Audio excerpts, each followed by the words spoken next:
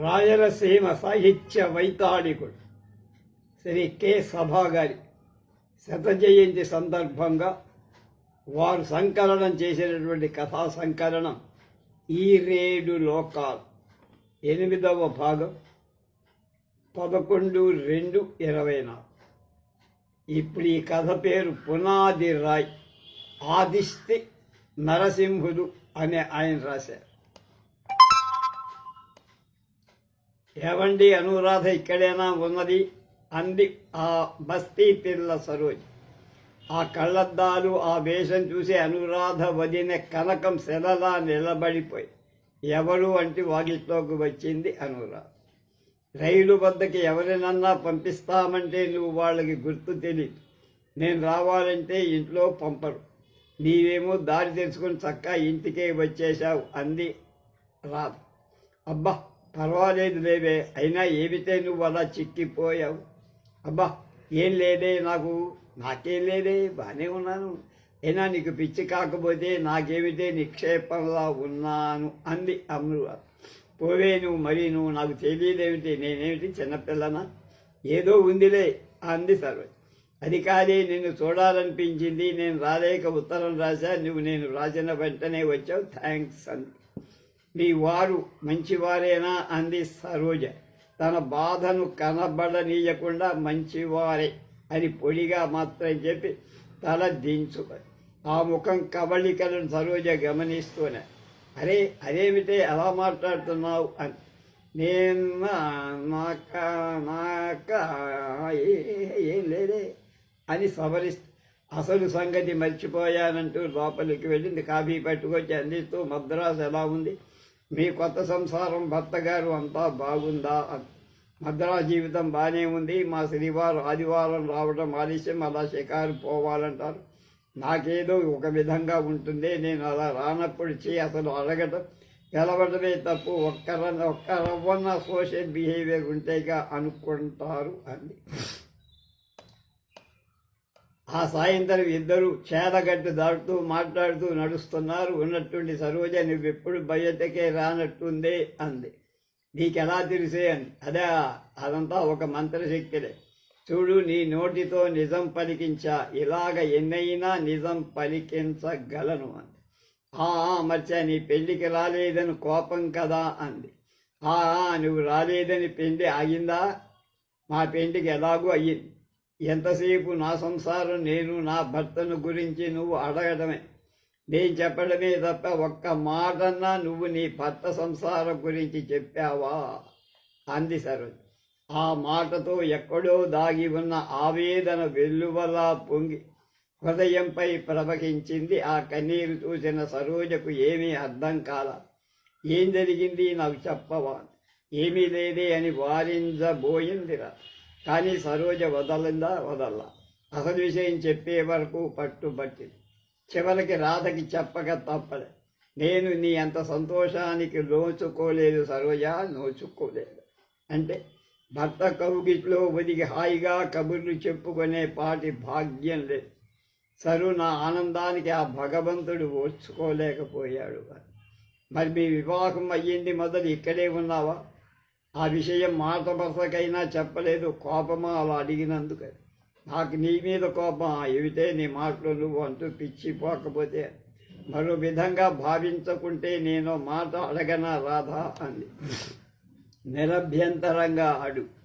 ఎందుకు మీ మధ్య వివాదం సంభవించింది? కారణం మా మధ్య వివాదం విడాకులు మాత్రం అని. సరోజకు ఆ మాటలతో ఒక్కసారి కళ్ళు గిర్రున తిరిగినంత పని. ఆ షాక్ నుండి తేరుకొని నిజంగా దేవుడు లేడు ఉంటే అలా సంభవించేనా అని. నీ పిచ్చి కానీ, దేవుడేం చేశాడే? మనకు మేలు జరిగితే దేవుడు మంచివాడని, కీడు జరిగితే చెడ్డవాడంటావా? నిజంగా నాకు పిచ్చి పట్టలేదు, కానీ ఇప్పుడు నీకు తీర పట్టేటట్లుగా ఉంది అంది సరు. నా బతుకు చీకటైపోయింది సరు. ఇప్పుడు నా అన్నవాళ్ళు కూడా నాకు దూరమైపోతారేమో అనే భయంగా ఉంది అంది సరోజ్. ఎవరు? ఇంకెవరు? మా నాన్నగారు. ఏమిటి విశేషం? ఆ మాత్రం తెలియదా? వాళ్ళు మాత్రం ఎన్ని రోజులని చూడగలరు? ఉన్న ఆస్తి అమ్మి నా పెళ్లికి ఉన్న డబ్బు కాస్త హారతి కర్పూరంలా కరిగిపోయిందా? అందులో ఒకసారి ఈసారి పంటలు కూడా అంతంత మాత్రం. ఇంతకీ అసలు సంగతి చెప్పలా, ఎందుకు ఎలా వచ్చింది మీ మధ్య తగ? అదే నాకు అర్థం కాలేదు. ఏమిటి నీకు అర్థం కాంది? ఎలా చెప్పాలనేగా లేక చెప్పుతావా వద్దా అని ఏమిటి సందేహం? నీ వద్ద నాకెందుకే దాపరిక, నీకు చెప్పి నా తప్పు ఏమిటో తెలుసుకోవాలనేగా ఉత్తరం రాసింది. అయితే విప్పు చెప్పమంది సరోజ. నాకు చిన్నప్పటి సంఘటన ఇంకా జ్ఞాపకం ఉంది. ఆ రోజు నాగుల చవితి, అందరూ శ్రద్ధగా ఉపవాసాలతో మొక్కుతున్నారు. అది మా గ్రామంలో పెద్ద పండగ. ఊరి బయట పెద్ద పుట్ట ఉంది. ఆ పుట్ట పక్కనే నాగులేరు ఉంది. అదిగో అక్కడ కనపడుతుందే అదే. ఆ ఏటి ప్రక్కన ఉంది పుట్ట. దాని ముందు భాగమంతా బాగా దట్టంగా అలముకొన్న చెట్ల పొదల గుండా పుట్ట దగ్గరికి సన్నటి మాట. పుట్ట చుట్టూ గోడలు, దాని వెనక కొద్దిగా మైదానం, దాని ప్రక్కన వేప చెట్లు. అక్కడ ఊరి దేవతల శిలలు ఉన్న చిన్న చిన్నవి శిథిలావస్థలో. ఎప్పుడూ 10 సంవత్సరం ఉత్సవాలు బాగా జరిగేదట. క్రమక్రమంగా ఆ శిలలు ఊడిపోయాయి. ఆ బొమ్మలు విరిగిపోయి పిల్లలు ఆడుకునే వస్తువులుగా మారి. ఆ రోజు అందరూ పుట్టకు పూజించడానికి వచ్చారు. నేను వదిన కొంగు పట్టుకొని వచ్చా.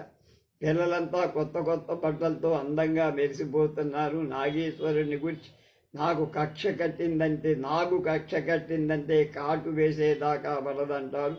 పిల్లలందరం ఆడుకోవటానికి మైదానం వైపు వెళ్ళాం. పెద్దలంతా వేడుకల్లో పడి పిల్లల్ని మరిచారు. అందరం అక్కడున్న శిలలపైకి ఎక్కి ఆడుకుంటున్నాం. ఏమని చెప్పను, పచ్చని పచ్చికలుండి ఎక్కడి నుంచి వచ్చిందో నాగుపాం మా జట్టులోని శంకరాన్ని కాటేసింది. భయపడుతూ ఎక్కడి పిల్లలం అక్కడ చెల్లాచెదరైపోయి. ఏమిటి, శంకరం చనిపోయాడా అంటూ ఆవేదనతో ప్రశ్నించాడు. నాకు శంకరం కేకలు ఇప్పటికీ వినపడుతున్నాయి. శంకరం జ్ఞప్తికి వచ్చినప్పుడల్లా ఆవేదన నన్ను కుంగతీస్తుంది. రాధా అంటున్నా నేను నా ప్రాణం భయపడిపోతూ పాయి. మిగతా పిల్లలు ఎవరి మటుకు వాడు భయంతో అతని పాము కరిచిందని చెప్పిన వాళ్ళం కావు. కనీసం నేను ఆ వార్త అప్పట్లో అందజేసి ఉంటే అతను బతికి ఉండేవాడు. కానీ ఏ ప్రయోజనం, నేను పరిగెత్తా. శంకరం హాయిగా బస్తీలో జీపుల్లో తిరగాల్సిన వాడు ఆ రోజు నాతో ఆడుకోవటానికి. మా మామికి ఒకడే కొడుకు, అందులో తహసీల్దార్ గారు అబ్బాయి. నాకు శంకరానికి చిన్నప్పటి నుంచి పొడి. మా తగబదులు చూసి మా అత్తయ్య, మీకు ఆ 3 ముళ్ళు పడందే చక్కబడరు మీరు. ఆ మాటకు నాకెంతో సిగ్గనిపించేది. నా వివాహం అయిన ఏడాదికి సవితికి అన్నయ్య నన్ను తీసుకొచ్చాడు. మా ఆయన రాలా. నేను ఆయన వస్తారని చెప్పా. పిండి వంటలు అవి ఎక్కువ చేసింది వదిన. మా అన్నయ్య అసంతృప్తి. మేమిద్దరం కలిసి వచ్చి ఉంటే ఎంతో ఆనందించేవాడు. కానీ అది వారి కోరికకు విరుద్ధం. ఆయన పండుగని రాలా. అన్నయ్య రెచ్చిపోయి, ఏదో బుద్ధున్నవాడు, చదువుకున్నవాడు, ఇద్దరు హాయిగా జీవించగలరు అని కట్నమిచ్చి పెళ్లి చేస్తే ఇలా అఘోరిస్తాడా అంటూ పతాలు చేసి నన్ను సొంత కూతురు కన్నా ఎక్కువగా పెంచి. మీ అన్నగారికి సంతానం లేదా? ఒక పాప పుట్టి శోకంతో ముంచి దాన్ని తాను వెళ్ళిపోయి గోరు చుట్టుపై రోగలు పోటన్నట్టుగా. తర్వాత నా గొడవ. నన్ను కన్న మా అమ్మ కడుపు ఆరక మునిపే ఆమెను చంపిన దౌర్భాగ్యురాలు అంటూ ఏడవసాగింది. ఏడవకను విధి బలీయం అంది సరోజ. ఏమో నాకు మాత్రం అట్లా అనిపించదు సరోజ. నా దౌర్భాగ్యం కారణంగా మా నాన్న నన్ను పెంచలేక వేరే పెళ్లి చేసుకున్నాను. అప్పటికి మా నాన్న కూడా చిన్నవాడు. మా పిన్ని మా నాన్న పోరు పడలేక ఇల్లు వదిలి వెళ్ళిపోయింది. అప్పటి నుంచి అన్నయ్యకు నేను పెద్ద సమస్య. తల్లి పోయిందని బెంగతో నాన్నకి ఎప్పుడూ నా గురించే ఆలోచన. తర్వాత కొద్ది రోజులకు ఓ మంచి ముహూర్తంలో మా అన్నకు ఓ మంచి సంబంధం చూసి 3 ముళ్ళు వేసి తన బాధ్యత తీర్చుకొని ఆయన దారిన ఆయన వెళ్ళిపోయాడు. నిజంగా నా సుఖం కోసమే అన్నయ్య పెళ్లి చేసుకున్నాడు. మా అదృష్టం కొద్దీ ఆమె మా ఇంటి దేవతే. అప్పటి వరకు నా బాధ్యత స్వీకరించిన మా అత్తమ్మ కూడా పరిపూర్తయినట్టు నన్ను వదిలి వెళ్ళిపోయి. అప్పటి నుంచి మా వదినే పెంచింది. ఆ రోజు ఇంట్లో అన్నా నేను ఉన్నాం. ఇంతలో బయట నుండి కేక వెలుపడింది. ఎవరా అని తొంగి చూస్తే పోస్టు సుందరం. నీవేమన్నా ఉత్తరం రాసేమో అని బయటికి వచ్చా. కానీ అది అన్నయ్య పేరులో వచ్చింది. సుందరనన్ కాదని అన్నయ్యను కేకేశాడు. అవును, పండగ పూట కూడా ఉత్తరాలు పంచుకోవచ్చావేమిటయ్యా విశేషం? పండగైనా తప్పుతుందంటారా? అందులో గొప్పవారి ఉత్తరాలు ఇవ్వకుంటే ఊరుకుంటారా? ఎంత తొందరలో ఏమో అని పట్టుకొచ్చా అన్నాడు. సుందరం మాటలకు నవ్వొచ్చింది. అంతలో అన్నయ్య ఏమిటి ఎలా ఉత్తరం అన్నాడు. ఏదో రిజిస్టర్ పోస్టుగా ఉంది, అమ్మాయి చదివి చెప్తుంది అంటూ వెళ్ళిపోయా. మాకు ఆశ్చర్యం వేసింది. ఎప్పుడైనా ఉత్తరాలు వస్తే కనీసం ఒక వారమైనా కాపురం చెయ్యాలి వారింట్లో. ఒకవేళ తెలిసి ఇంటికి పోయామా ఎక్కడో కయ్యల్లో ఉంటాడు, వెతికి పట్టుకోవాలి. ఒక్కొక్కసారి స్కూల్ పిల్లల చేత అట్లా వీలు కాదంటే చింపేస్తా. అటువంటిది ఈ ఉత్తరం వెంటనే వచ్చిందంటే ఆశ్చర్యం. అది రిజిస్టర్ పోస్ట్, అందుకే తెచ్చాడు అంది సర్వజ. అది తిరిగి రఘురాధ పోతూ వాడు ఈ ప్రాణం లేని జీవుపై ఒక విసిరి ఏమైతేనే నా రాతను నేను చదవక తప్పల. ఒకవైపు ఆశ్చర్యం, ఇంకోవైపు అసహ్యం కలుగుతుంది. ఆ ఉత్తరం చదువుతున్నంతసేపు అరుగు మీద జారి గీలపడి కూర్చొని వింటున్న మా అన్న ఉత్తరం ఆపడంతో భగ్గులది. ఓహో, ఇంత దాకా వచ్చిందా అయ్యగారి వ్యవహారం? నాకు నోటీస్ పంపిస్తాడా? ఈ తెగదంపులకు మళ్ళీ వాళ్ళ పెద్దలు వస్తారా? ఏదో మాట బస్సుకు వచ్చి తగాదా అలా పరిణమించిందా? పెళ్ళంటే పవిత్ర బంధం అనుకున్నాడా, ఇంకేమైనా అనుకున్నా? వీటి ఇష్టం వస్తే అంగీకరించడం, లేకపోతే విడాకులు ఇవ్వటం ఎంత దారుణ్యం. అసలు పెళ్ళంటే ఏమిటి, పెళ్ళి ఎందుకు చేసుకోవాలి అనే ఆలోచన, ఆవేశం ఎక్కువయింది. వాటికి సమాధానం చెప్పాలని ఆవేశపడ్డా. కానీ పక్కన ఎవరూ లేరు. నేను కనపడ్డాను. ముఖాన్ని చేతులు దాచుకొని వెళ్ళమ్మా వెళ్ళు అని మాత్రం మనకి.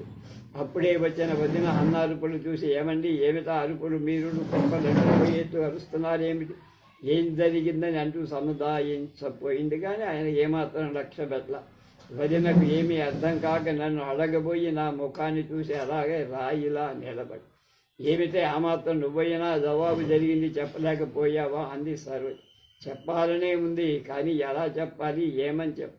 అసలు ఈనాటి అన్నయ్య ముఖాన్ని, నా పెళ్లినాటి అన్నయ్య ముఖాన్ని తెలుసుకుంటే ఎంత బాధ. పెళ్లినాటి ముఖం ఆనందంలో జ్యోతిలా వెళ్ళి, కానీ ఈనాటి అన్నయ్య ముఖం గాలిలో దీపంలా చమురంతా అయిపోయా కులుకుతున్న జ్యోతిలా. అసలు నీకు ఈ పెళ్ళంటే మొదట ఇష్టం లేదంటావా అంది సరు. ఇష్టం లేదు, కానీ ఒకసారి ఆయన పేరు నా చిన్ననాటి భావను జ్ఞాపకం చేసి ఆకర్షించి ఆ ముఖాన్ని ఆయనలో పనిచూసుకుంటూ కలకాలం కబుర్లు చెప్పాలని మాత్రం కలలు. అందుకే ఒప్పుకున్నా. ఈ విధంగానైనా నేను చేసిన పాపాన్ని నిష్కృతి అని ఆవేదన తేలి నాకు మనశ్శాంతి ఉంటుందని అభిప్రాయపడి, కానీ దేవుడు నన్ను క్షమించలేదు, నా పాపం నన్ను వెంటాడు. కానీ చెప్పాను అందరి సరోజి. చెప్తున్నా అంటూ మౌనంగా చెప్పి పోయినలా గుచ్చి బాధపడక గడిచేది ఆలోచించు అండి కదిపింది సరోజ. అనురాధ మళ్ళీ చెప్తే, పెళ్లి ఘనంగా మా ఇంటి దగ్గరే జరిగింది. పెళ్లి జరిగిన 3వ రోజు మా అత్తగారింటికి బయలుదేరాం. సాయంత్రం బాగుందని కొంచెం చీకటి పడ్డాక బయలుదేరాం. అప్పటికి దీపాలు పెట్టే వేళ కొంచెం మసగగా చీకటి ఉంది. కొద్ది దూరం నడిచేలోగా చీకటి కన్నులు పొడిచేలా తయారైంది. వర్షం వస్తుందేమో అని భయపడ్డారంతా. కానీ బండి జాడల మధ్య నడుస్తూ స్టేషన్ లైట్ల కాంతి చూసి గమ్యం చేరుకున్నాం. వర్షం రాల. ఊళ్ళో జనమంతా నన్ను సాగనంపడానికి స్టేషన్ దాకా వచ్చారు. అందరూ ఏదో బోధిస్తూనే, ఏమిటే నీ మాటలు, మీరు ఈ అమాత్రం తెలియదు, చదువుకున్నది మనం వేరే చెప్పాలా, 2 రోజులు పోతే మనకే నేర్పుతుంది పాఠాలు అంది గుంపులో నరసక్క. వారేం చెబుతున్నారా నాకేం అర్థం కాల. నా ఊహాలోకంలో నేను విహరిస్తూ ఉన్నట్టుండి మా శ్రీవారి వంక చూసి ఆయన తనకేం పట్టనట్టు నిల్చుని ఉన్నారు. ఆయనకి మా అన్నయ్య ఏదో బోధిస్తున్నా, ఆయన అన్నిటికీ తలగూగిస్తున్నా. ఎవరో ఇక 2 గంటలకు కానీ బండి రాదని వార్త. ఇదేమిటి ఈ అన్యాయం? ఉదయం నుంచి ఊర్లు మండిపోయేలా ఎండ కాసింది. పొద్దుకుంటి గంట అయినా కాలేదు, అప్పుడే చంపుక తింటోంది అన్నారు ఇంకెవరో గుంపులో. అందరూ నెమ్మదిగా సెలవు తీసుకొని దచ్చుగా వెళ్ళిపోయారు. ఇంతలో బెల్ మోగింది. ఇంకొద్దిసేపట్లో బండి వస్తుంది, జాగ్రత్తగా సర్దుకోండి సామాను అన్నాడు అన్నయ్య. అన్నయ్య అన్నట్టుగానే కొద్దిసేపటికి పొగలు కక్కుతూ రాక్షసిలా శబ్దం చేసుకుని ప్లాట్ఫారం మీద రైలు చేరింది. బండి కొద్దిసేపే ఆగటం మూల సామాను సర్ది అందరం ఎక్కాం. మా వదిన నాకు తోడొచ్చింది. ఉన్నది కొద్ది స్థలమైనా అందరం సర్దు కూర్చున్నాం. తర్వాత అన్నయ్య వచ్చి, ఇదేంటి ఇక్కడ కూర్చున్నారే, మీరు దిగి ఫస్ట్ క్లాస్ పండి అన్నాడు. ఎలాగో ఇద్దరం ఫస్ట్ క్లాస్ చేరాం. మా ఊరు వదిలి వెళుతున్నందుకు బాధ. రైలు కదిలింది. ప్లాట్ఫారంపై అన్నయ్య చేయి ఊపడం, దివిటి వెలుగులో పచ్చని దీపం ఊపడం ఒకేసారి జరిగాయి. రైలు వేగం కన్నా ముందుగా నా ఆలోచనలు దూసుకుపోతున్నాయి. ఒకసారి అందరి మాటలు జ్ఞప్తికి వచ్చాయి. అలా వారి మాటలు నెమరు వేయటంతో నిద్రలోకి ఉదిగా. పుష్య మాఘమాసాలు చలివేస్తుంది. బయట మల్లెలు వెరబూసిన వెన్నెలు మంచు తెనుకలు కురుస్తున్నాయి. నన్ను నిద్రలేపి అక్కడ చలివేస్తుంది, ఇలా రా అన్నాడు.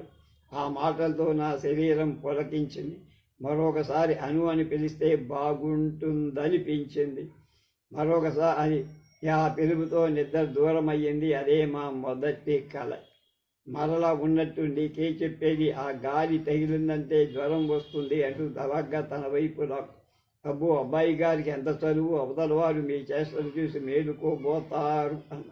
ఏం చదువు లేదంటావా? నాకు కాక ఎవరికి చదువు? అయినా ఇటువంటప్పుడు కాకపోతే ఇంకెప్పుడు వాళ్ళు నిద్రలేస్తే కళ్ళు మూసుకొని అవతలకి పోతారు. అక్కడ ఆ చనువు, అనురాగం, ప్రేమ, ఆ కుంటె చూపులు నన్ను సిగ్గులో ముంచాయి. అతని చేష్టలు అసహ్యమనిపి, ఆ చలిలో అంత ఆనందం ఉందా అన్న. ఎంత హాయని ఈ చల్లని వెన్నెల, ఈ చల్లని గాలికి మంచులో తడిశామంటే అలాగే ఉండిపోవాలనిపిస్తుందా? కొంపదీసి దేవుగారు రైలు నుండి దూకేరు అన్నారు. ఎందుకో అంత మాత్రాన రైలు దూకాలా అన్న.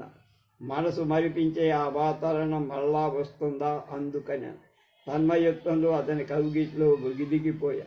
తిరిగి రైలు స్టేషన్లో ఆగేసరికి మా వైపు ఎవరో చూస్తున్నట్టు పోయి సర్దుకొని కూర్చున్నా. అది చిన్న స్టేషన్ కావడంతో ఎవరు ఎక్కలే. తిరిగి రైలు కదిలింది. ఆయన మాటలు మొదలుపెట్టారు.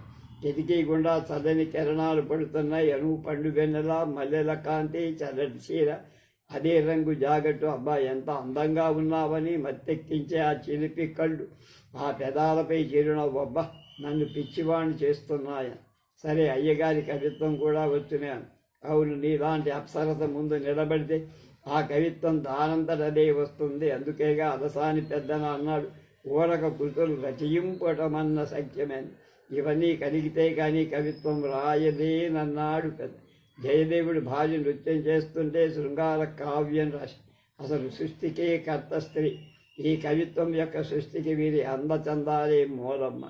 నిజంగానా అంత అందంగా ఉన్నానా? అయితే మీరు పిచ్చివారయ్యారని. ఆయన మాటలు తీరు, కవిత్వం చూసి ఆనందించారు. అలా మాట్లాడుతూ ఆ చలి కలిగి ఆ వెచ్చని కౌగిట్లో ఒదిగి నిద్రపోయా. తిరిగి ఆయనే స్టేషన్ వచ్చాక అందరినీ లేపాడు. ఇంటిలో అడుగు పెట్టేసరికి అందరూ హారతి పళ్ళాలు కనబడ్డారు. తర్వాత మా వదిన 3 రోజుల నుండి ఇంటికి ప్రయాణం అయింది.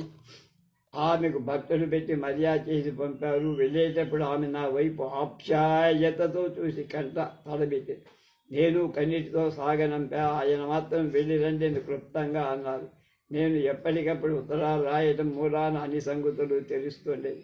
వీరి ఆప్యాయతకి, అనురాగానికి అన్నయ్య ఎంతో సంతోషించారు. మాది కొద్ది రోజులకు సెలవులైపోయాయి. డ్యూటీలో జాయిన్ కావాల్సిన తారీఖు 2 రోజులు మాత్రం ఉంది. 2 రోజుల ముందు పోయి సర్దుకొని మా మామయ్య ఆ రోజు రాగనంపారు. కొత్త సంసారం ఖర్చులవి ఎక్కువని అన్నయ్య డబ్బు పంపుతూ వచ్చారు. కొద్ది రోజులకు పంపటం ఆపి 1 నెలపాటు ఆనందంతో గడిపాయి. మరుసటి నెల నుంచి పరిస్థితులు తారుమారు. వేళకు వాళ్ళు ఇంటికి వచ్చేది లేదు, భోజనం చేసేది ఎప్పుడూ విచారం. కారణం అడిగితే పైకి ఎగబడేవారు. ఆయన అలా తయారవడానికి నేను ఎంతవరకు కారకురాలినో నాకు తెలియదు. ఇంటి దగ్గర సంతోషం లేదు, ఎప్పుడు ఏదో వేదన. అలా ఆహారం లేక మనిషి దిగజారిపోయి ఆయనకు ఉన్న ఉద్యోగం కాస్త తన అశ్రద్ధ వల్ల ఊడిపోయి దీనికంతా కారకులు నేనని తాగటం, ఇంటికి వచ్చి తిట్టడం, కొట్టడం ప్రారంభించి ఏమిటి అలా ప్రవర్తించాలా అంది సరు. జీతం రాక ఉద్యోగం ఎక్కడా దొరకనందువల్ల సంసారం గడపడం కష్టం. ఎలాగో ఉన్న నగలని అమ్ముడైపోయి చివరికి ఇంటిలోని సామానంతా ఖాళీ. నా దగ్గర మంగళసూత్రం మాత్రమే. దాన్ని ఎంతో పవిత్రంగా భద్రంగా దాచి కానీ ఇంట్లో పాత్ర సామాను పోయిన తర్వాత అతనికి నా మంగళసూత్రం మీద కన్ను పడి నేను ఎంత బతిమానా బలవంతాన తీసుకెళ్ళిపోయాను. ఇంటి బాలుగా కూడా కట్టా చివరికి ఆ ఇంటి వారు నా బాధ చూసి జాలి చెంది ఇక్కడకు చేర్చారు. అంతే. నేను పండక్కని చెప్పి ఇంటికి రావడం, తర్వాత ఆయన ఉత్తరం రాయటం, అన్నయ్య కేకలు వేయటం ఒకటి తర్వాత ఒకటి జరిగింది. పండగ పోయిన 2-3 నెలలకు మా దగ్గర బంధువుడు తాతయ్య ఒక ఆయన అన్నయ్యతో ఏమిట్రా జానకిరాం, మేము విన్నది నిజమేనా? ఏమిటి తాతయ్య అని తనకేమీ అర్థం కాని వాడిలా అడిగా. అవులో అనురాధనిచ్చిన అబ్బాయి శంకరానికి పెండటగా అన్నాడు. ఏమిటో అర్థం కావటం లేదన్నాడని. అయితే నీకు తెలియదన్నమాట అన్నాడు వేదాంతిత. ఏమిట్రా నిక్షేపం లాంటి దాని బతుకు బండలు చేస్తావా? ఈ గొడవలు ఉండనే ఉన్నాయి, కానీ ఇప్పుడు మీరెందుకు వచ్చినట్టు అన్నాడు. ఇదిగో చెప్తున్నాగా ఎందుకు వచ్చిన గొడవలు, ఏదో సర్దుకుపోవాలి. కక్షలు సాధించడం మంచిదిగాను, అందులో ఆడబిడ్డ గలవాడు రచ్చకెక్కితే మనకే అవమానం. ఇప్పుడు ఎవరు ఏమి చేస్తున్నారని మీ పిచ్చి కాకపోతే అసలు అమ్మాయిని ఎందుకలా హింసించాలి, అవమానించాలి, ఎలా ప్రవర్తించడం ఎందుకు? ఏం తప్పు చేసిందని, వాడికి గౌరవమైన పని ఏమైనా అగౌరవమైన పని చేసిందా చెప్పు, నేను మీ ముందరే ముక్కలు ముక్కలుగా చేస్తానని ఉగ్రుడయ్యాడు. ఏదో ఆలుమగలు అన్న తర్వాత తప్పులు పోట్లాట్లు వస్తూ పోతుంది, అవి చివరకు వాళ్ళే సర్దుకుంటారు అంటూ అన్నయ్య ఆవేశాన్ని సర్ది చెప్పాడు. ఇంతకీ నేను వచ్చింది చెప్పనే లేదుగా. శంకరం తండ్రి వెళ్ళి రమ్మంటే వచ్చా, ఏదో సర్దుకుపోండి అన్నాడు వేదాంతి తాతయ్య చివరి. అబ్బాయిని పంపిస్తాం, అనురాధను పంపండి అని వెళ్ళి అప్పటి నుంచి ఆయన రాక్ కోసం ఎదురు చూస్తూనే ఉన్నాం. మా మామగారు వచ్చి తీసుకుపోతానని ఉత్తరం రాశారు. ఆయన తండ్రి మాట వెనక ఎదిరించి వెళ్ళిపోయారట. ఇక వాళ్ళు మాత్రం ఏం చేయగలరు? వాళ్ళు ఇదంతా ఉత్తరాల ద్వారా చెప్పారు. అలానే క్రమంగా రోజులు, వారాలు, నెలలు దొర్లిపోతుంటే ఒకనాడు ఆయన నుండి ఉత్తరం, అనురాధకి నేను 2వ వివాహం చేసుకున్నా, నువ్వు నా జీవితంలో ప్రవేశించద్దు, నీకు నా హృదయంలో స్థానం లేదు. ఆ స్థానాన్ని మరొకరు ఆక్రమించుకున్నారు. నువ్వు నా తల్లిదండ్రులతో కలిసి నన్ను చేరటానికి ప్రయత్నించావు, అవమానం పాలవుతావు. నువ్వు అంతవరకు తెగించవని నాకు తెలుసు. అలా ప్రయత్నించి దగ్గరకు చేరాలనేది మర్చిపోయి నీకు ఇష్టమైతే ఇంకొక పెళ్లి చేసుకొని హాయిగా జీవితం గడుపు. అందుకే నీ కోసకం కొని నువ్వు ఇంకొక పెళ్లి చేసుకోవడానికి అంగీకరిస్తున్నాను అని రాసి పంపుతున్నా. నీవు అలాగే ఒక కాగితం మీద రాసి సంతకం పెట్టి పంపు. తప్పక పెడతావు నాకు తెలుసు. చేబ్రాలు చేసి పంపుతావు కదా. ఇట్లు శంకర్. ఆ ఉత్తరం నేను అన్నయ్యకు చూపల్లా, కానీ నాకు ఆ కడబడి వాక్యాల్లో నన్ను వివాహం చేసుకోమనటంలో ఎంత తేలికగా ఉందో అర్థం కాల. తర్వాత అన్నీ అయిపోయాయి. ఇల్లు రావడంతో ఇద్దరు సంభాషణ ఆపి ఇంట్లోకి ప్రవేశించారు. అమ్మాయి రాధా ఇక్కడికి వచ్చి వెళ్ళారు. స్నానం గీనం అక్కలేదా? అయినా చీకటి పడిదాకా ఎక్కడున్నారే అంది అనురాధ వదిన కనక. సరదాకలా పొలాల వైపు వెళ్ళామండి. మాటల్లో పడి కాలాలు మర్చిపోయాయి. అవులే, చాలా కాలాన్ని కలిశారుగా. అన్నీ అయిపోయాయా? ఇంకా ఏమన్నా విశేషాలు? సరోజ మరతాడి ఉదయం ప్రయాణానికి సిద్ధమై. ఏమిటమ్మా అప్పుడే ప్రయాణమయ్యావు అన్నాడు రామయ్య. ఏం లేదండి, ఇంటి వద్ద ఆయన ఒక్కరే ఉన్నారు. రాధను చూడాలనిపించింది, అలా మా ఊరు పోతూ ఇలా వచ్చానంది. సరోజకు తోడుగా అనురాధ స్టేషన్కి వెళ్ళింది. ఇద్దరూ ఏదో సరదాగా మాట్లాడుకున్నారు. రామయ్య పాలేరుతో కలిసి టికెట్ కొరకు వెళ్ళాడు. వారిద్దరి సంభాషణ మధ్య అను ఒక్కసారి మద్రాసు రాలే, అక్కడ మనశ్శాంతి కలుగుతుంది. ఈ ఊళ్ళో ఈ ఇంట్లో నీకెక్కడే మనశ్శాంతి? అక్కడైతే బీచ్, సినిమాలు అన్నీ బాగా ఉంటాయని. అలాగే లేవే అంది రాదు. మీ అన్నయ్య పర్మిషన్ కూడా తీసుకుంటాను అంది. వద్దు సరు వద్దు అని అవారించింది రాదు. అయితే నువ్వు తప్పక రావాలి. అలాగే లేవే, నేను వీలు చూసుకుని వస్తాను. వస్తావుగా, మా ఆయన కూడా నేను పిలుచుకుని రమ్మని పదే చెప్పారు. మన స్నేహం ఆయనకు తెలుసు అంది రాజ. కొంపదీసి నా కథంతా చెప్తావా అంది. చెప్పనా? ఎంత అన్యాయం జరుగుతుంటే చూస్తూ ఉండమంటావా అంది సరోజ్. చెప్పేం చేస్తావు అంది రాధ. చూస్తుండు, అతని వెదకి నేను అంగీకరించేట్లు చేస్తా. నీది తప్పు కాదని నిరూపిస్తా. నిజంగా నీ లోపం ఏమీ లేదను, నువ్వు నిర్దోషివి అంటూ కంట తగ్గిపోయి.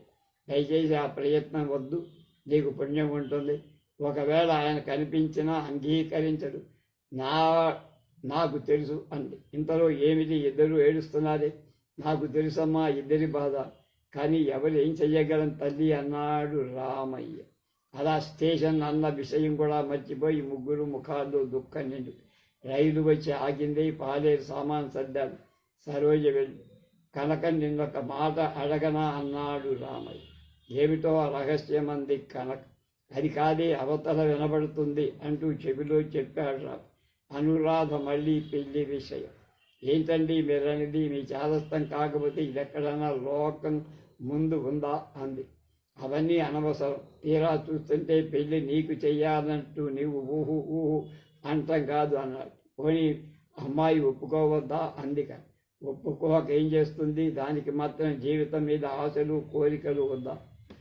ఆమెతో మీ ఆడపిల్లలు వీరి తీరు ఏం బోధపడుతుంది? అయినా కాలం మారుతోంది, అభిప్రాయాలు అనుసరణలు సిద్ధాంతాలు మారుతున్నాయి. అయినా ఒకసారి రాధనే అడగటం మంచిదే అంది కనకం. ఆ మాటలు పక్క గదిలో ఉన్న రాధ వింది. వారి ఆలోచనకి రాధ నవ్వుపడింది. ఎంత అమాయకులు కాకపోతే ఒకరి స్వాధీనమైన జీవితాన్ని తిరిగి ఇంకొకరికి వశం చేయాలనుకునే వివేకం అంత అవివేకం. అది జీవం లేని లేని వస్తువు కాదు, మార్చటానికి అనుకున్నది.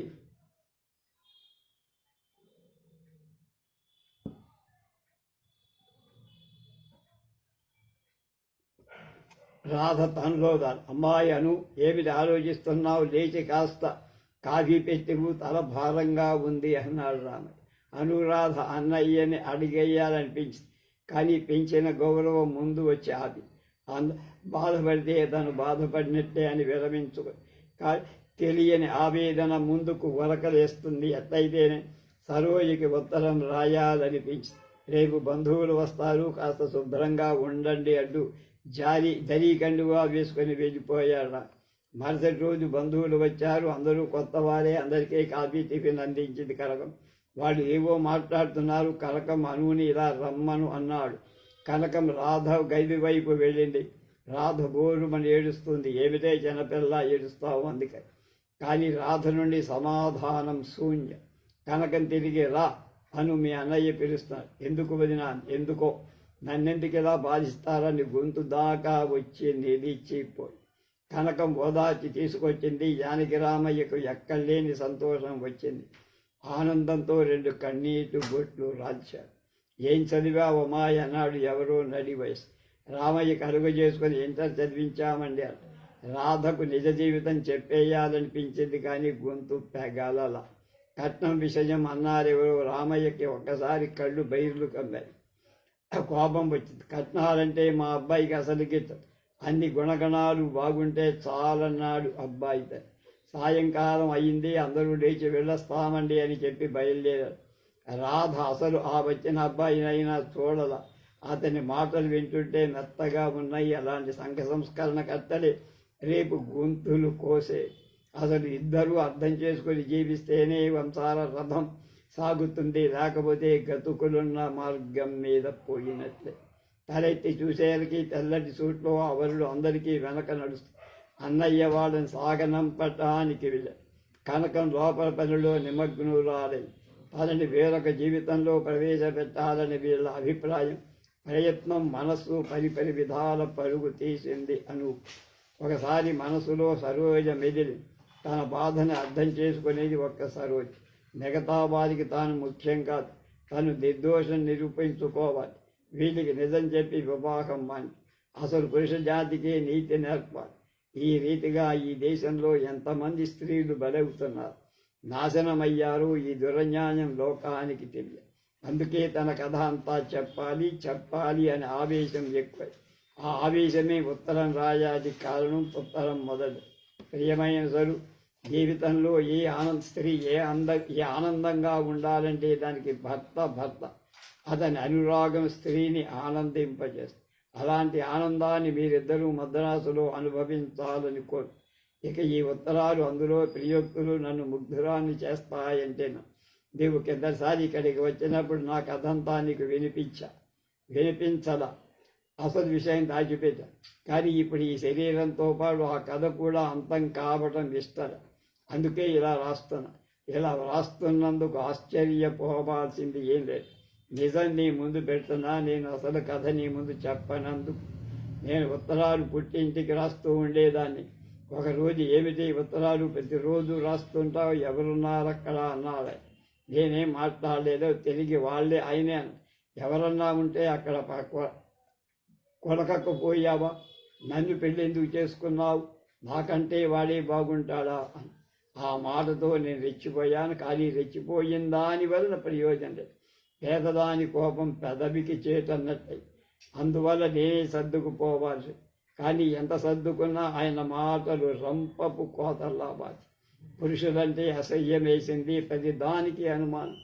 ఆ మాత్రం ఇంగిత జ్ఞానం ఉండక్కర్లేదా, చదివితేనే సరా, అంత మాత్రం అర్థం చేసుకోలేకపోయారని బాధపడి. అందుకే పురుషుల్ని అర్థం చేసుకోవడం సులభం, కానీ స్త్రీని అర్థం చేసుకోవడం చాలా కష్టం, కాలం పడుతుందని మాటలు జ్ఞాపకాన్ని. అప్పటి నుండి ఉత్తరం రాయటం మానేశా. ఒకరోజు అన్నయ్య నుండి వచ్చింది దెబ్బ. నేను ఉత్తరం రాయలేదు, కారణం వెంటనే తెలపాలని క్లుప్తంగా రాశాడు. ఏం ఉత్తరాలు రాయటం మానుకున్నావని ఉత్తరం రాశాడా మీ అన్నయ్య? ఎన్ని రోజులు రాసిన ఉత్తరాలు అందలేదా? అవునులే, వాళ్ళకి ఎందుకు అందుతాయి? అవి చేరాల్సిన తోటికే సక్రమంగా వరుసగా చేరి ఉంటాయి అంటూ తిరిగి తనే దీనికన్నా బదులు వ్రాయి అన్నాడు. అప్రయత్నంగా మానుకున్నానన్నాడు.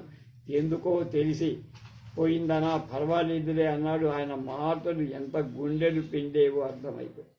అలా కొద్ది రోజులు గడిచింది. ఆయన మనిషి పూర్తిగా మారాడు. ప్రతిరోజు ఇంటికి ఆలస్యం.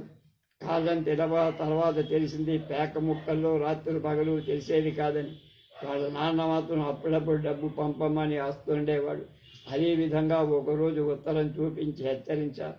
ఉన్నావుగా పెద్దందారుగా పంపుతోనేవాడు. ఆ మాటలు నాకు అర్థమయ్యేవి కావు. భర్త ఉద్యోగం చేస్తున్నాడన్న మాటే కానీ ఒక్క నయా పైసా కూడా చూసిన పాపాన పోలానే.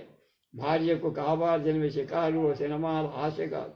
ఇంటి సామాను కూడా అంతంతగానే తెచ్చి మిగతా వాడమనేవాడు. ఖర్చుకేదైనా అడిగితే ఉందిగా నీ డబ్బు, ఇక నా డబ్బు ఎందుకు అనేవాడు. నా డబ్బంటే అన్నయ్య. ఇంటి ఖర్చులకు అప్పుడప్పుడు కొంత పంపు. ఒకసారి మా అన్నయ్య ఉత్తరాలు చేరకుండా పోవటం చేత ఏమి జరిగిందో అని బెంగతో హఠాత్తుగా అన్నయ్య వచ్చేసరికి ఆఫీస్ టైం అయింది. క్షేమ సమాచారాలు కూడా అడగకుండా చూసి చూడనట్టు గడప దాటారు. ఏమండి అన్నయ్య వచ్చాడన్న. వస్తే రాని, నా కోసం రాలేదుగా, తన చెల్లెలి కోసం వచ్చాడు అంటూ పోయాడు. తిరిగి వెనకాలే వెళ్ళి మన కొత్త సంసారం చూడవచ్చారు. కొత్త సంసారం కదా, ఎలా నడుపుతున్నారు అనే ఆతృతతో వచ్చి ఒక్కరోజు సెలవు పెట్టి ఇంటి వద్ద హాయిగా ఉందాం అని ప్రాధేయపడి, మీ అన్నయ్య వచ్చాడని ఆఫీసుకు సెలవు పెట్టమంటావా? రేపు నాతో ముత్తలాడాలి, సెలవు పెట్టండి ఆఫీస్ ఇదేమనుకున్నావు? ఏమిటమ్మా ఏమిటా రెచ్చలాడుతున్నారు అన్నాడు. నా నోరు ఆగల. నేనేది దాచిపెట్టాలని ప్రయత్నించానో అది కాస్త అన్నయ్యకు తెలుసుకో. అప్రయత్నంగా అదే అన్నయ్య, ఆయన ఆఫీసు లీవు పెట్టి వస్తాను, మీరెంతలో కబుర్లు మాట్లాడుకోండి అన్నారు. ఏమిటమ్మా యాసవి లీవు పెట్టమంటావా? ఎన్ని పనులుంటాయో ఏమో, అందుకు అనవసరంగా లీవు వద్దని చెప్పవే. అంతగా ఉంటే సాయంత్రం మాట్లాడుకోవచ్చు. అదే అన్నయ్య నేను చెప్పింది, లీవులు వృధాగా పెట్టే, రేపు అవసరం వచ్చినప్పుడు ఎలాగా అన్నా. మంచి పని చేశావు, లేకపోతే మననేగా పెళ్లికి లీవులు వాడుకుని ఎలాగో మధ్యాహ్నం కబుర్లతో వెళ్ళాం. ఆయన మాత్రం ఆఫీసు నుండి రావాలా? ఏమిటమ్మా లీవు పెట్టి వస్తానన్నాడు, ఇంతకీ రాడు. ఏదో అర్జెంటు పని అన్నా. మంచి పని జరిగిందంటూ మరలా కబుర్లో పడ్డాడు. ఉన్నట్టు ఏమమ్మా ఈ మధ్య ఉత్తరాలు రాయడం? అవునన్నయ్య, అనవసరంగా ఎందుకు నేనే వెళ్ళను. అవునులే, నీవేమో నెమ్మదిగా ఉన్నావు, అవతల మీ వదలు నేను ఎంత గాబరా పడ్డామో తెలుసు. అలా సాయంత్రం వరకు కల్లి పొల్లి కబుర్లతో కాలం గడిపాం. సాయంత్రం అయిందప్పటికి ఆయన ఇంటికి రాలా. ఎలాగో కాఫీ తయారు చేసి ఇద్దరం తాగాం. ఆయన కోసం అలాగే కుంపటి వేపి రాత్రి భోజనాలు కూరగాయలు దొరుకుతున్నా. ఏమిటమ్మా అలాగున్నా, ఒంట్లో బాగాలేదా? బాగుందే అన్నాను. అన్నీ తెలుసుకునేవాడు. అన్నీ తెలుసులే అమ్మాయి, మీ సంసారం కొత్త కదా, లోటుపాటు జరుగుతూ ఉంటాయి, సర్దుకుపోవాలి. మాటల్లో పడి అసలు విషయం మధ్య మీ వదిన బట్టలు తీసేమని డబ్బులు ఇచ్చిందని. ఎందుకులే అన్నయ్య, ఉన్నాయిగా పిలిచేంటికి అన్న. అయినా వినే తత్వం కాదు, కాదనిలేక వెళ్ళి తీసుకున్నా. మేము వచ్చిన కాసేపటి ఆయన ఇంటికి వచ్చారు. ఆయన తెచ్చిన బట్టని చూపించా. ఎవరు తెమ్మన్నారు? ఏమిటంత అహంభావం? ఏం నాకంత గతి లేక బతుకుతున్నావా? అంటూ అరుపులు చేశాడు. మా అన్నయ్య ఆదుర్దాగా ఏమిటనోయ్. అదే అన్నయ్య, ముందే వాడు బాధపడుతుంటే మళ్ళీ మర్తలెందుకు అని మందలిస్తూ, పర్వాలేదు బాబా, మేము మీ కాక ఇంకెవరికి పెడతాం అని. ఏం శంకరం, అమ్మాయిని పండగకు పిచ్చుకుపోదామని వచ్చాను. అలాగే తీసుకుపోండి అని పేలవంగా అన్నది. తనకేం పట్టనట్టు ఉన్నది. ఆ మాటలు ఎవరినో అన్నట్టుంది. నేను అతని భార్యగా ఆ ప్రశ్నకు సమాధానం లేదు నా దగ్గర. నన్ను మళ్ళీ అడిగాడన్నయ్య. కానీ నేను ఒక్క దినం వంట చెయ్యకుండా నిలిపితే ఆ రోజు హోటల్ తిండి తెగ తింటూ ఉంటారు అన్నాను. సరే, మీ ఇష్టమని వెళ్ళిపోయాడు. వెళ్లే ముందు ఉత్తరాలు అవి రాస్తుండు, లేకపోతే అమాంతం మేమిద్దరం వచ్చి పడతాం ఇక్కడ అన్నాను. ఎప్పుడో మెలకు వచ్చి చూస్తే కింద పొర్లుతుంటారు. నేను సహాయపడకపోతే వారించేవారు. మనిషి చాలా మారిపోయారు. శరీరంపై శ్రద్ధ లేదు. శరీరం అంతా వాసన. మాట్లాడితే నోరు గుప్పు మన వాసన. భోంచెయ్యమని అడిగితే నీవింక భోంచేయలేదా, ఎవడుండమంటాడు. ఎంతవరకు ఓహో పతివ్రత శిరోమణివా అలాంటివా. భర్త నాశనానికి భార్య కారకురాలని, అందువల్ల ఆయన ఎంతగానో బాగా దారికి తేవాలని అన్ని ప్రయత్నాలు చేసి, అదేమంటే స్త్రీలకు గర్వమను ఏదో చెబుతా. ఈ శిక్షకు నేను ఏం చేశాను, ఇందులో నా గర్వం ఏమిటో. అదే సమయంలో వాళ్ళ నాన్న నుండి ఉత్తరం వచ్చి, చిన్నమ్మాయికి పెళ్లి నిశ్చయమైంది, తొందరలో కొంత డబ్బు సాధ్యమని. అప్పటికే డబ్బుకు బాధపడుతున్న మా సంసారం బాణాసంచారా దూరిందావాడు. ఆయన ఏమి చేసేది లేక నన్ను బాధించాడు. అంతవరకు అవసరం లేని దాన్ని ఆ డబ్బుతో ఆయనకి నేను అవసరం అనిపించి ఇంటికి పోయి డబ్బులు రమ్మన్నాడు. నేను పోనన్నా. అప్పటికే బాధలు అనిపిస్తాను. అన్నను ఎలా అడగను. అందుకని మా ఇంట్లో అడిగినప్పుడు ఇవ్వడానికి బ్యాంకు కాదు, ఉన్న డబ్బు కాస్త మీకే చెల్లించి ఇంకెక్కడి. అలాగైనా బాగా డబ్బున్న వాళ్ళనే పెళ్ళాడకపోయారా? మేము సంపన్నులం కాదని అప్పుడే తెలుసుగా. మీలో నిజాయితీకి స్థానం లేదన్న. ఆ మాటలు అని అనకముందే నా శరీరంపై దెబ్బలు పడి, ఆ దెబ్బలతో అంతవరకు తిండి లేక కురిసిస్తున్న నేను తప్పాను. తరువాత లేచి చూస్తే నా మెడ మొండిగా, ఒక్కసారి గుండె విరిచిపోయినంత పని.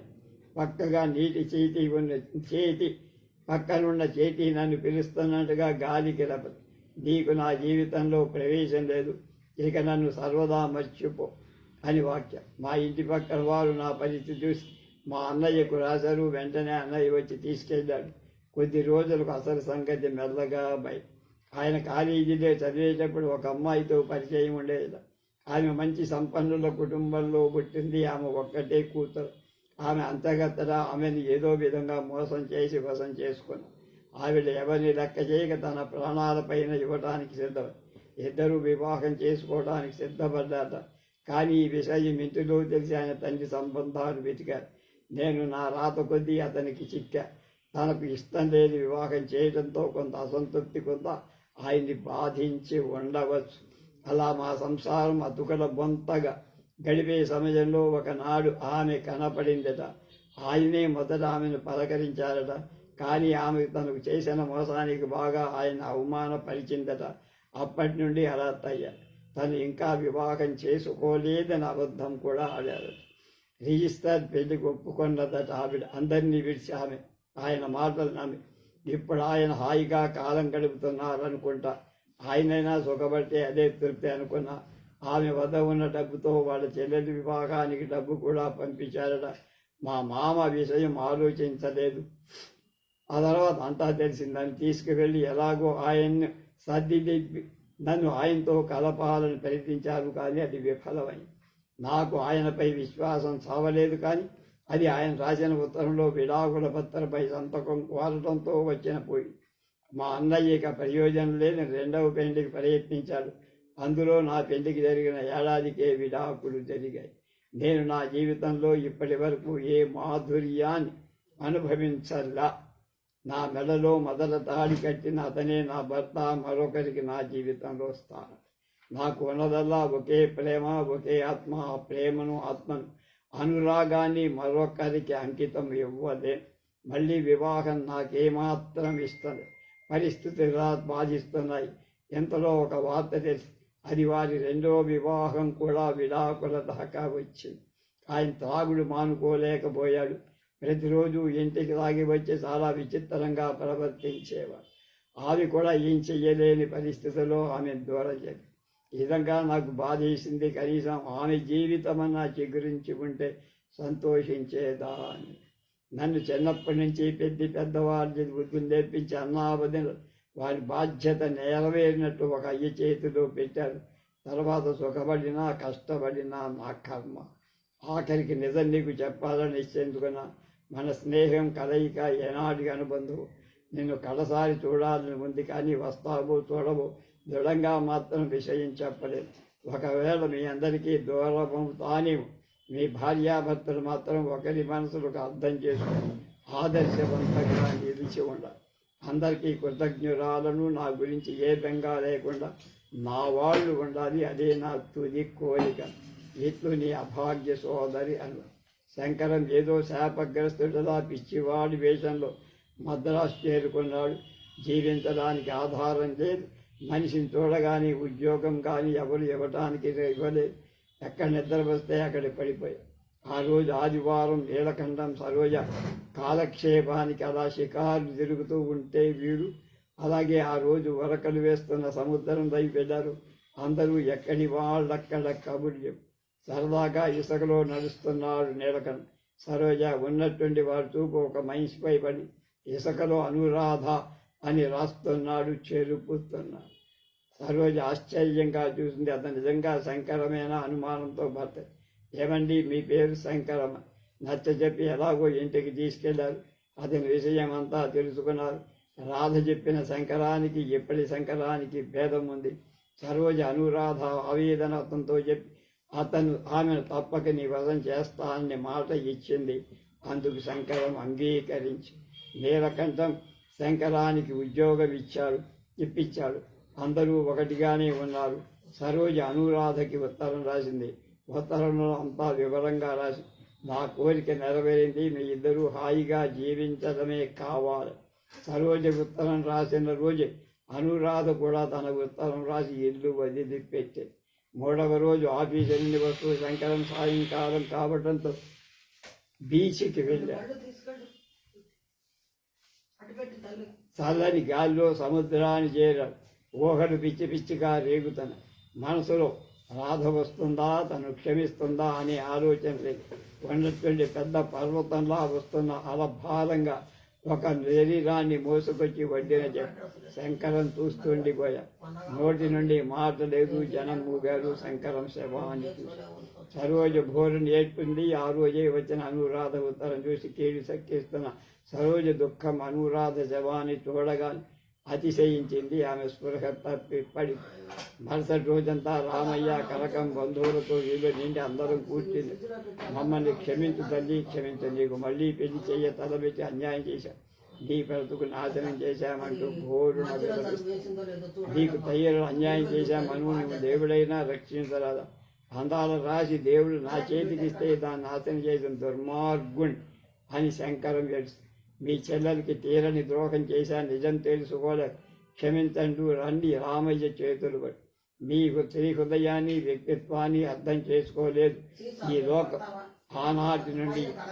ఆనాడు ద్రౌపదిని 10 మందిలో మానభంగం చేస్తుంటే అంతమంది యోధానుభావులు భక్తులు ఉండి ధర్మ విధులు ఉండి ఏం చేశారు? ఒక స్త్రీ మానాభిమానాలు కాపాడలేక, ఇక భార్య మీద నమ్మకం లేక భార్యని అగ్నిలో దూకించి స్వీకరించిన అవతారమూర్తున్నామని నిజపతిని అర్థం చేసుకోలేక పురుషులు ఎందుకో అసుగుదాస చరిత్ర అటువంటి.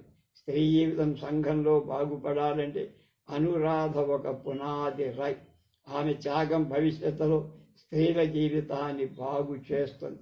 అందరి కళ్ళు తెరిపించి స్త్రీ పురుషులు సుఖపడాలని అనురాధ ఈ త్యాగానికి పూనుకుంది అంది సరోజి. రేపటి కథ, ఈసారి కథ దుఃఖభాగుడు జెట్టిగుండ్ల రఘునాథరెడ్డి, జె. రఘునాథరెడ్డి.